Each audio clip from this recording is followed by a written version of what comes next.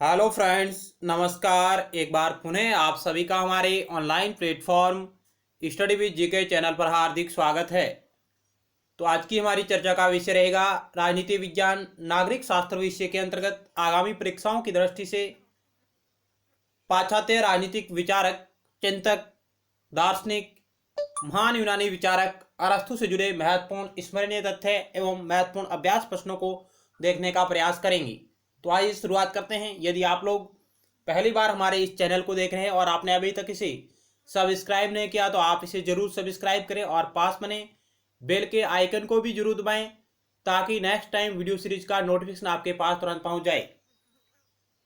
इसके अलावा आप हमारे YouTube channel study with GK की प्लेलिस्ट पर आ सकते हैं, जहां आपको राजनीति विज्ञान, नागरिक शास्त्र और लोक प्रशासन विषय पर आधारित अन्य और महत्वपूर्ण वीडियो लेक्चर आपको वहां पर देखने को मिलेंगे। अलग अलग प्लेलिस्टों के माध्यम से आप उन्हें भी जरूर देखिएगा, जो आपकी तैयारी में और सहायक होंगे। तो आइए शुरुआत करते हैं टू द पॉइंट आज की क्लास को।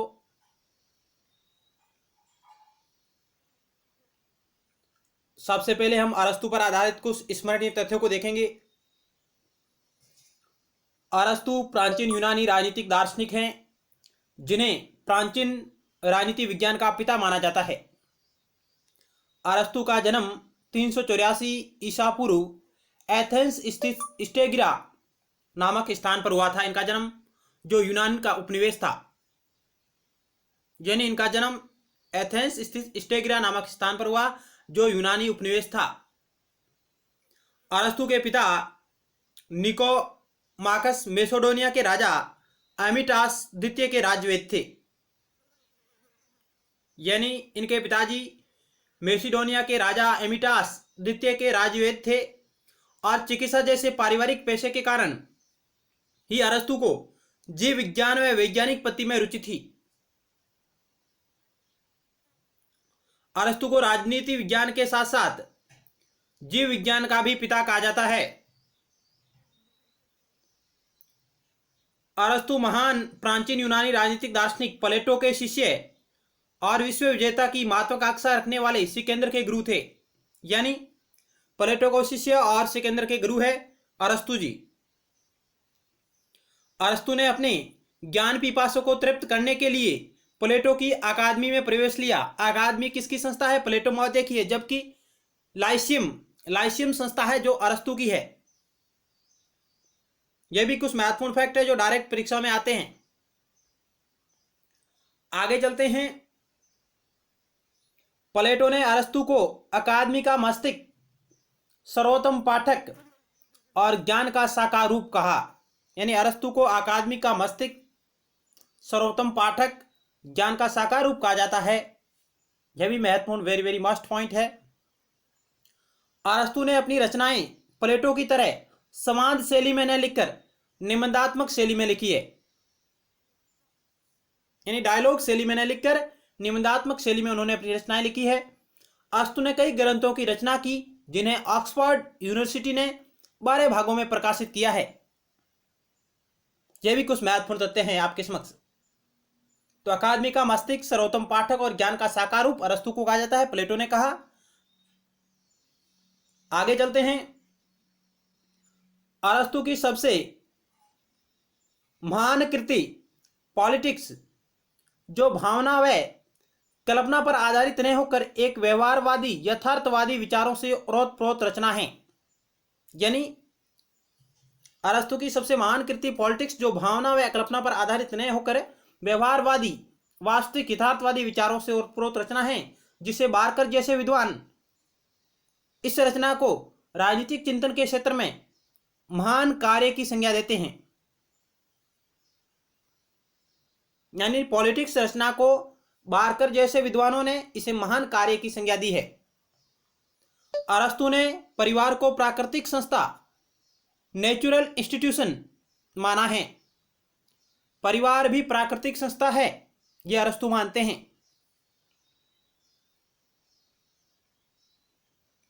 अरस्तु का कथन है कि क्रांति का जन्म असमानता के बीच होता है। क्रांति का जन्म असमानता के बीच होता है। अरस्तु के अनुसार राज्य और सरकार अलग अलग नहीं होकर एक ही सिक्के के पहलू है। राज्य और सरकार अलग अलग नहीं होकर एक ही है, ये बात अरस्तु कहते हैं।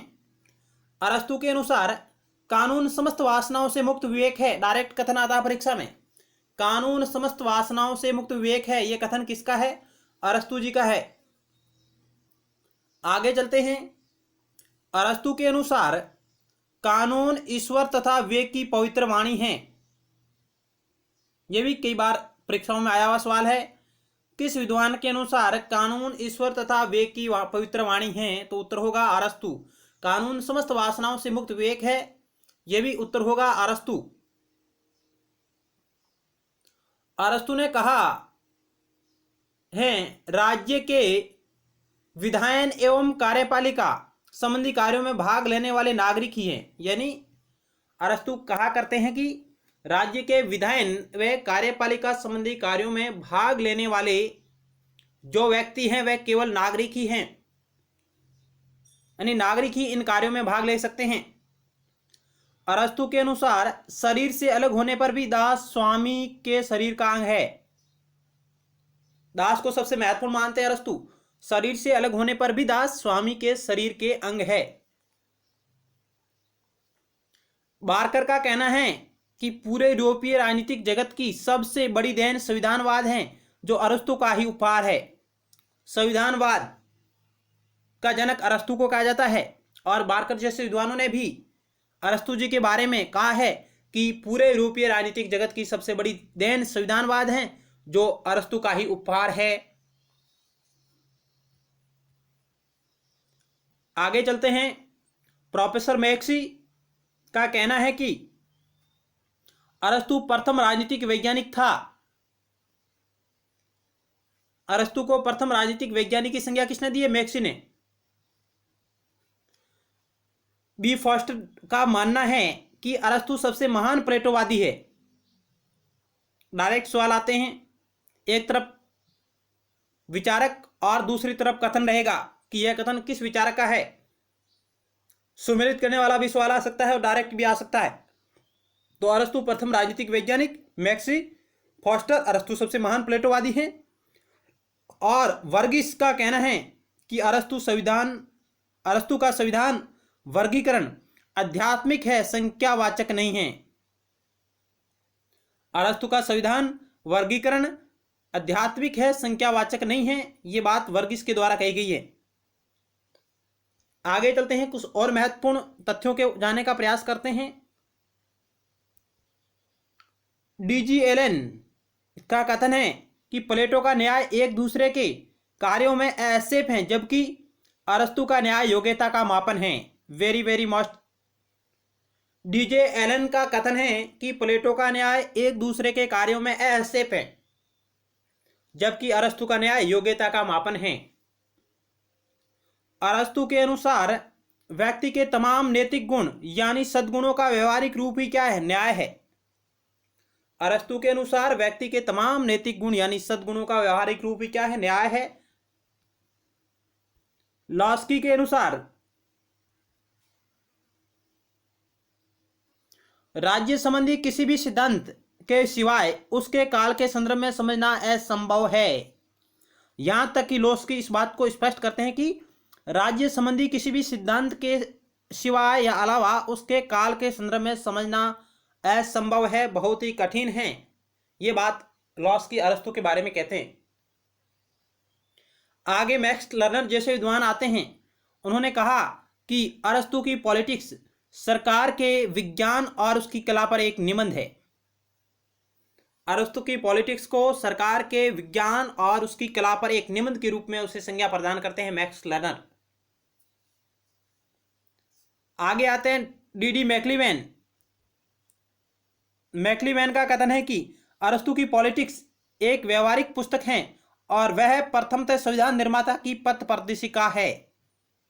अरस्तु की पॉलिटिक्स एक व्यवहारिक पुस्तक है, वह प्रथमतः संविधान निर्माता की पथ प्रदर्शिका है। यह बात भी मैक्लिवेन के द्वारा कही गई है।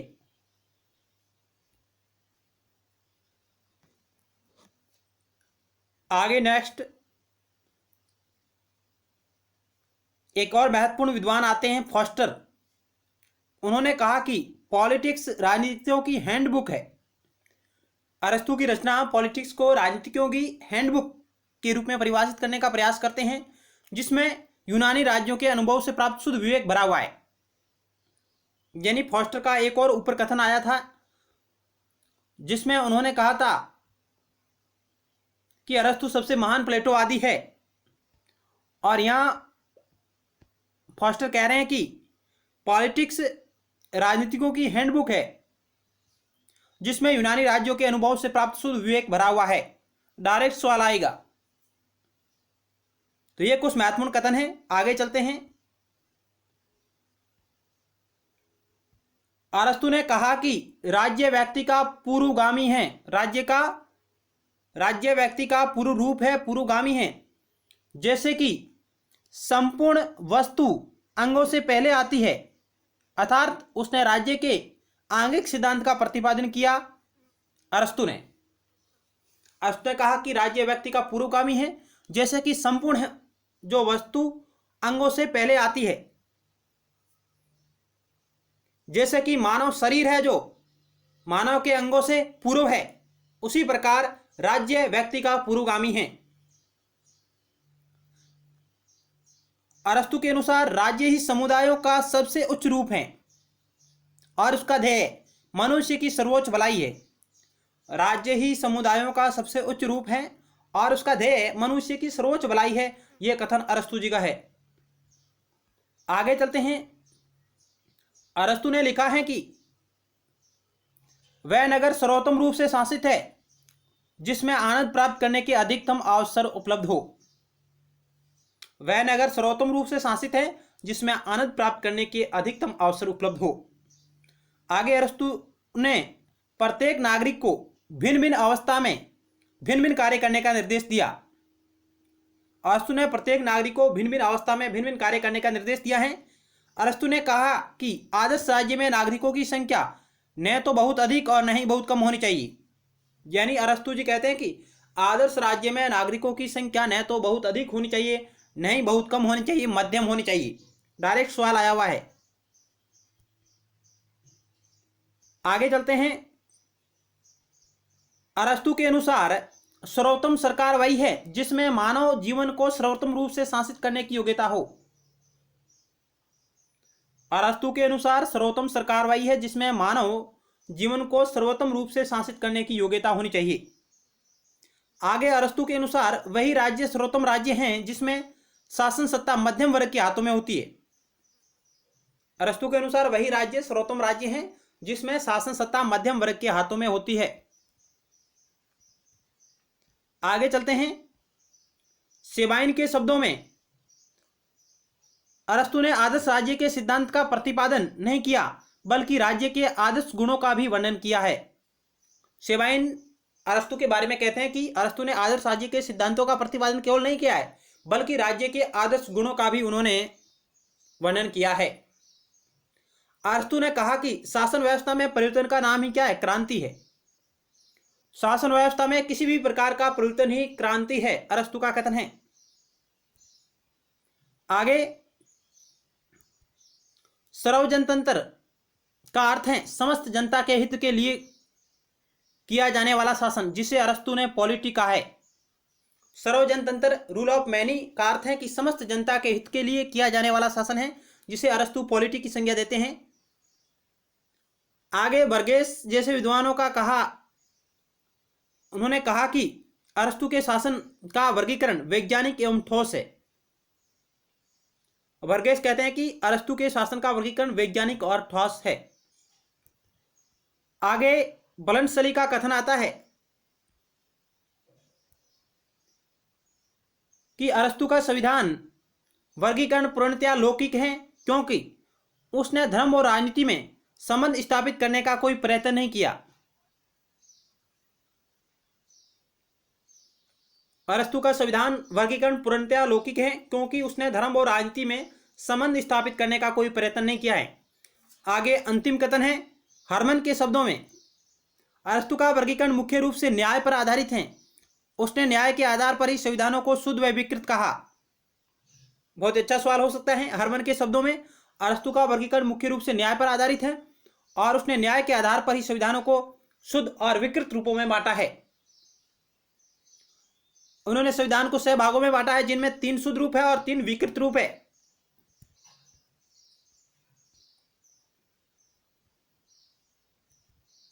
अरस्तु के शब्दों में स्त्री, पुरुष तथा स्वामी और दास के योग से जो समूह बनता है उसे परिवार कहते हैं। यानी अरस्तु के शब्दों में स्त्री, पुरुष तथा स्वामी और दास के योग से जो समूह बनता है उसे परिवार कहते हैं। अरस्तु ने परिवार का महत्व अधिक से अधिक मनोवैज्ञानिक माना है। अरस्तु ने लिखा है कि सद्गुणी राज्य न तो अलपतंत्रीय कसौटी और न ही जनतंत्रीय कसौटी को मानेगा तथा केवल गुणवान व्यक्तियों को सम्मान और पद देगा। यानी अरस्तु कहते हैं कि सद्गुणी राज्य न तो अलपतंत्रीय कसौटी को मानेगा और न ही जनतंत्रीय कसौटी को मानेगा, वह तो केवल गुणवान व्यक्तियों को सम्मान देगा और पद उन्हें देगा।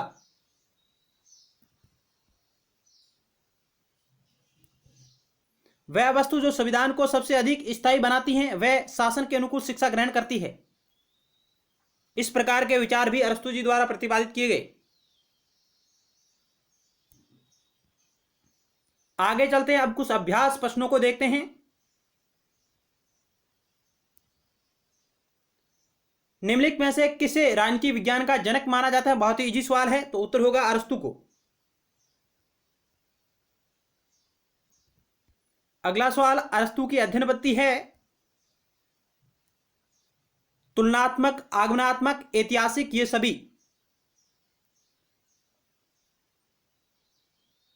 तो ऑप्शन डी राइट होगा, ये सभी। तुलनात्मक भी है, इन्होंने 158 देशों के संविधानों का अध्ययन किया है। आगमनात्मक पद्धति है, ऐतिहासिक पद्धति है, उपरोक्त सभी। अरस्तु के बाद यदि किसी विद्वान ने आगमनात्मक पद्धति का एक बड़े रूप में, एक व्यापक रूप में प्रयोग किया है तो वह है मैकियावेली जी। आगे चलते हैं, 3 नंबर सवाल, निम्नलिखित में से कौन सी पुस्तक अरस्तु द्वारा लिखित है? The laws, the politics, the prince, the republic. तो उत्तर होगा ऑप्शन बी, दी पॉलिटिक्स अरस्तु की पुस्तक है, जबकि दी लॉज प्लेटो की है, दी प्रिंस मैकियावेली की है और दी रिपब्लिक यह भी प्लेटो की है। अगला सवाल 4 नंबर आपकी स्क्रीन पर है, वितरणात्मक न्याय के अग्रणी प्रतिपादक कौन है? प्लेटो, अरस्तु, सुकरात, रॉल्स। तो उत्तर होगा ऑप्शन बी, अरस्तु को वितरणात्मक न्याय का अग्रणी प्रतिपादक माना जाता है। अगला सवाल, निम्नलिखित में से किस विचारक ने सर्वप्रथम संवैधानिक सरकार की अवधारणा को प्रस्तुत किया? प्लेटो, अरस्तु, बोंदा, मैकियावेली। सर्वप्रथम संवैधानिक सरकार की अवधारणा को प्रस्तुत करने वाले विद्वान हैं अरस्तु जी। ऑप्शन बी राइट होगा।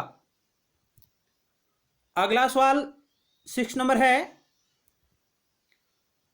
निम्नलिखित में से किसका कथन है राज्य व्यक्ति से पहले है, राज्य व्यक्ति से पूर्व है? प्लेटो, अरस्तु, मैकाइवर और गॉर्नर। तो ऑप्शन बी राइट होगा। अरस्तु का कथन है कि राज्य व्यक्ति से पूर्व है, जबकि प्लेटो ने कहा कि राज्य व्यक्ति का भर्त रूप है। आगे चलते हैं,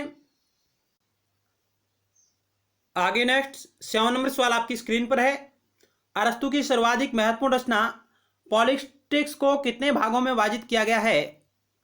8 भागों में, 10 भागों में, 11 भागों में, 12 भागों में। क्या होगा इस सवाल का राइट उत्तर? तो ऑप्शन ए राइट होगा, पॉलिटिक्स रचना को 8 भागों में बांटा गया है। अगला सवाल 8 नंबर आपकी स्क्रीन पर रहा, ये निम्नलिखित वक्तव्यों पर विचार कीजिए और उपयुक्त में से कौन सा सही है, कौन कौन से सही है उसको आपको चयन करना है। आपको निम्न कथनों पर विचार करते हुए सही कूट का प्रयोग करना है। तो आइए एक एक करके देखते हैं।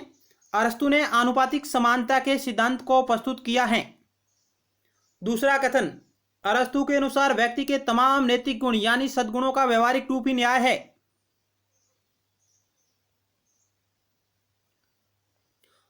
कथन तीसरा, अरस्तु ने वंशानुगत दासता का समर्थन किया।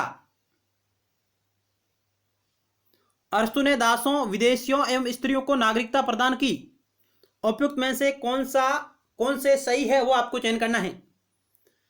केवल पहला और तीसरा, पहला और चौथा, पहला और दूसरा, पहला दूसरा चौथा। क्या होगा इस सवाल का राइट उत्तर? आपको सही कथन का चयन करना है।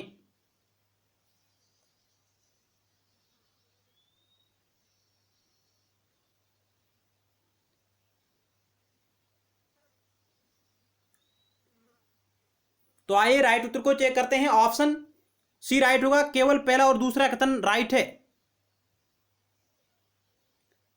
अरस्तु ने आनुपातिक समानता के सिद्धांत को प्रस्तुत किया, बिल्कुल राइट है। अरस्तु के अनुसार व्यक्ति के तमाम नैतिक गुण यानी सद्गुणों का व्यवहारिक रूप ही न्याय है, ये बात भी बिल्कुल राइट है। जबकि अरस्तु ने वंशानुगत दासता का समर्थन किया, ये बात बिल्कुल गलत है। अरस्तु ने दासों, विदेशियों एवं स्त्रियों को नागरिकता प्रदान की, ये बात भी बिल्कुल गलत है। अरस्तु दासों है, विदेशियों है, स्त्रियों को नागरिकता से वंचित रखता है। तो इस प्रकार ऑप्शन पहला व दूसरा राइट है, यानी ऑप्शन सी राइट होगा।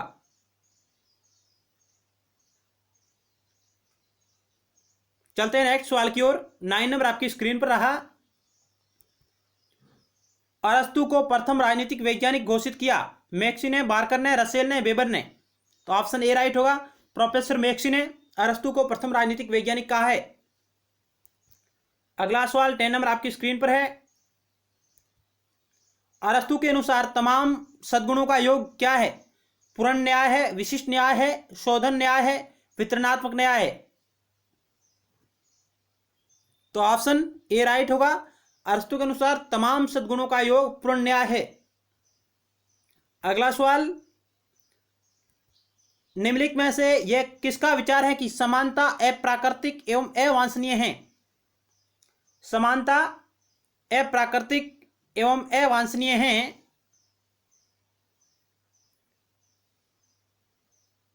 प्लेटो, अरस्तु, लॉस्की, इनमें से कोई नहीं। तो ऑप्शन बी राइट होगा, अरस्तु का कथन है। ऑप्शन बी राइट होगा। अगला सवाल आपकी स्क्रीन पर रहा 12 नंबर। अरस्तु के शिक्षा सिद्धांत का सर्वाधिक महत्वपूर्ण उद्देश्य है कानून से परिचित होना, प्रजातांत्रिक शिक्षा प्राप्त करना, कर्तव्यों पर बल देना। उपयुक्त में से कोई नहीं। तो ऑप्शन ए राइट होगा, कानून से परिचित होना। अगला सवाल आपकी स्क्रीन पर रहा 13 नंबर। अरस्तु ने क्रांति के कारणों को बांटा है। सामान्य कारण, विशिष्ट कारण, विशिष्ट शासन प्रणालियों में क्रांति के विशिष्ट कारण, उपयुक्त सभी। तो ऑप्शन डी राइट होगा, इन सभी। सामान्य कारण, विशिष्ट कारण और विशिष्ट शासन प्रणालियों में क्रांति के विशिष्ट कारण। ऑप्शन डी राइट होगा। अगला सवाल 14 नंबर आपकी स्क्रीन पर है। अरस्तु के अनुसार क्रांति है शासन में किसी भी प्रकार का परिवर्तन, संविधान में संशोधन या परिवर्तन, सत्ताधारियों या शासकों में परिवर्तन। तो ऑप्शन डी राइट होगा, ऑप्शन डी। क्योंकि शासन में किसी भी प्रकार का परिवर्तन ही क्रांति अरस्तु कहते हैं, इसलिए ये दोनों ऑप्शन उसमें शामिल हो सकते हैं। तो ऑप्शन डी राइट होगा, सबसे उपयुक्त आंसर। अगला सवाल, अरस्तु ने क्रांति के जिन विशिष्ट कारणों की चर्चा की है उनमें निम्नलिखित में से कौन सा नहीं है? अरस्तु ने क्रांति के जिन विशिष्ट कारणों की चर्चा की उनमें निम्नलिखित में से कौन सा शामिल नहीं है, वो आपको चयन करना है। राज्य में शासकों द्वारा निरंकुश व्यवहार, राज्य में असमान विकास, राज्य परिवार के सदस्यों में आंतरिक कलह एवं द्वेष, राज्य में परस्पर विरोधी वर्ग की उपस्थिति। अरस्तु ने क्रांति के जिन विशिष्ट कारणों की चर्चा की उनमें निम्नलिखित में से कौन नहीं है, वो आपको चयन करना है। तो ऑप्शन सी राइट होगा कि राज परिवार के सदस्यों में आंतरिक कलह एवं द्वेष ये विशिष्ट कारणों में शामिल नहीं है, जबकि ए, सी और डी इसमें शामिल है। सॉरी, ए, बी और डी है जो इसमें शामिल रहेंगे विशिष्ट कारणों में, जबकि ऑप्शन सी उसमें शामिल नहीं है। राज परिवार के सदस्यों में आंतरिक कलह एवं द्वेष, यह ऑप्शन इस 15 नंबर सवाल का राइट उत्तर होगा। बाकी ये उसमें शामिल है, ए, बी और डी। अगला सवाल,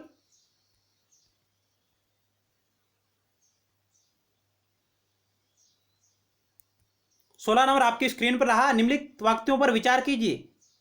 यहां आपको 4 कथन दिए गए और फिर आपको सही कथन का चयन करना है। तो आइए एक एक करके चेक करते हैं। अरस्तु के दासता संबंधी विचारों पर जातीय भेदभाव पर आधारित होने का आरोप लगाया जाता है। सही है या गलत, ये आपको चयन करना है। अरस्तु को एक रूढ़िवादी चिंतक माना जाता है। अरस्तु के दासता संबंधी विचारों को अमनोवैज्ञानिकता पर आधारित बताया जाता है। आलोचकों के अनुसार अरस्तु की दासता अन्याय एवं शोषण पर आधारित है। उपयुक्त में से कौन कौन से कथन सही है वो आपको चयन करना है।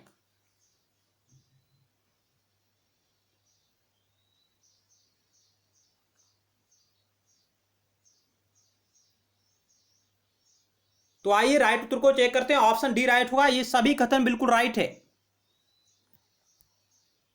ऑप्शन डी राइट होगा कि अरस्तु के दासता संबंधी विचारों पर जातीय भेदभाव पर आधारित होने का आरोप लगाया जाता है, बिल्कुल राइट है। अरस्तु एक रूढ़िवादी चिंतक माना जाता है क्योंकि अरस्तु तत्कालीन समय में जो परिवर्तन हो रहे थे उन परिवर्तनों के साथ वह चलना नहीं पसंद करता था।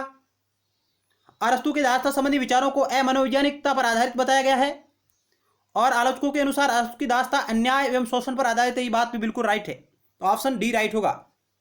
तो आज की हमारी वीडियो लेक्चर यहीं समाप्त करते हैं। मिलते हैं नेक्स्ट टाइम एक नए टॉपिक के साथ और महत्वपूर्ण सवालों के साथ, यानी अरस्तु पर आधारित पार्ट नंबर 2 आपके समक्ष आएगा, जिसमें और महत्वपूर्ण प्रश्नों पर हमारी चर्चा रहेगी। तब तक के लिए धन्यवाद।